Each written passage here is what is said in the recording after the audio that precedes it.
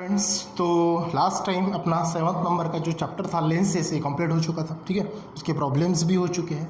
अब आज अपन next chapter start करने वाले, जो कि पार्ट 1 में 4th नंबर का चैप्टर है, वो है इफेक्ट्स ऑफ इलेक्ट्रिक करंट। बराबर है। अब इफेक्ट्स ऑफ इलेक्ट्रिक करंट बराबर है, तो आप अपने टेक्स्ट बुक में जब देखोगे तो फर्स्ट पेज पे कुछ तो भी डायग्राम्स दिए हैं, तो वहाँ पे आपको ऑब्जर्व करना है कि क्या क्या होता है।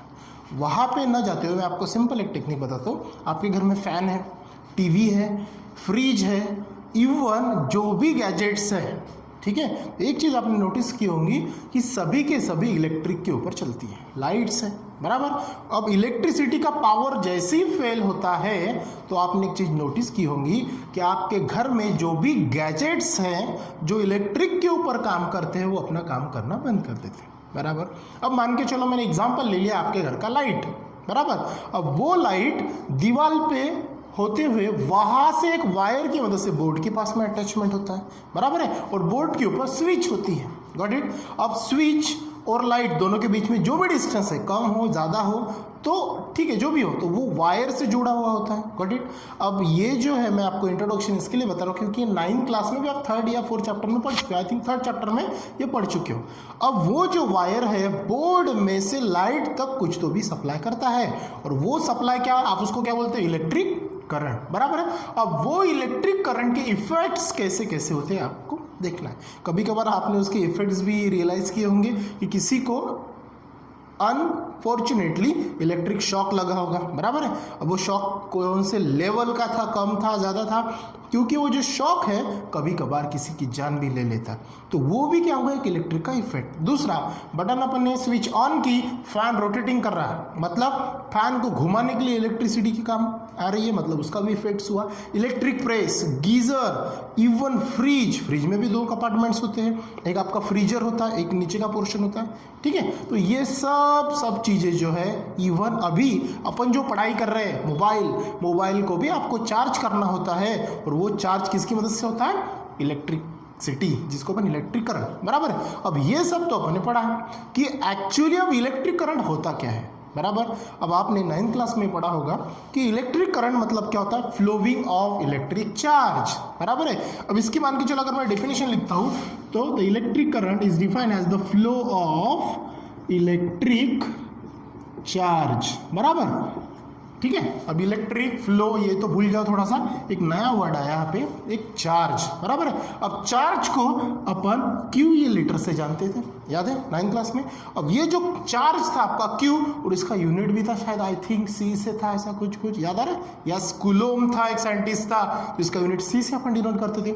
Got it. तो ये जो चार्जेस हैं, मतलब flowing of charges in a wire, in a conductor, it is called electric current, ये बोलते थे अपन। बराबर है। अब ये जो फ्लो ऑफ चार्जेस है, तो फिर आपके एक मन में आएगा, सर आपने तो 2 चार्जेस पढ़ाए थे। यस।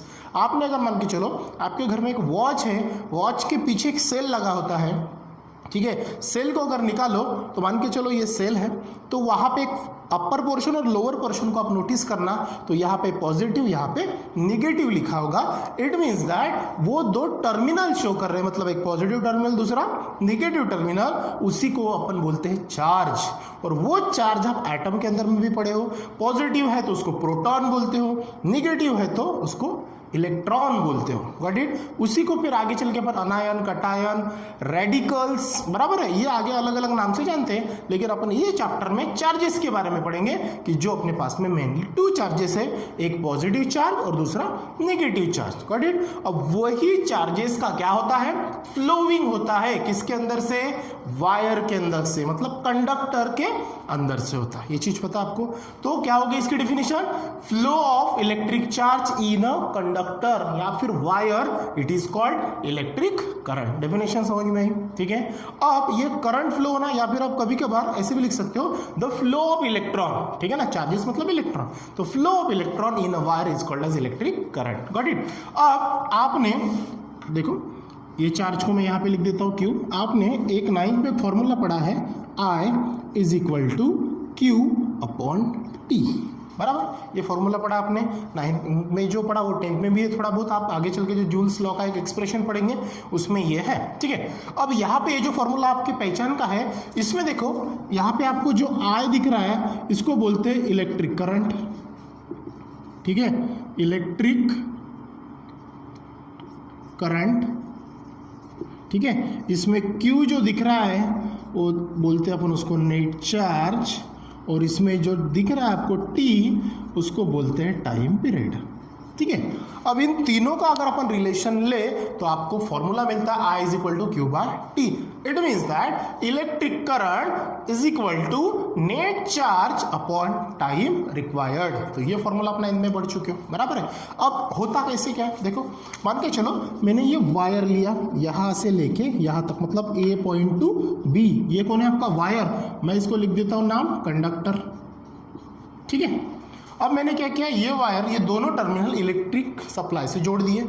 अब ये वायर में से क्या फ्लो होगा, यस इलेक्ट्रिक करंट फ्लो होगा। इलेक्ट्रिक फ्लो होगा, इलेक्ट्रिक करंट फ्लो होगा, मतलब डायरेक्टली क्या फ्लो होगा, चार्जेस फ्लो होंगे, बराबर है। इलेक्ट्रिक फ्लो मतलब चार्जेस फ्लो होना, ठीक है। अब चार्जेस कौन से, प्रोटॉन इलेक्ट्रॉन है, मैक्सिमम अपन इलेक्ट्रॉन ही बोलते हैं, तो flowing of electron in a wire is called electric current, ठीक है। अब ये कंडक्टर में से क्या फ्लो हो गए, चार्जेस मतलब इलेक्ट्रॉन फ्लो हो गए, बराबर।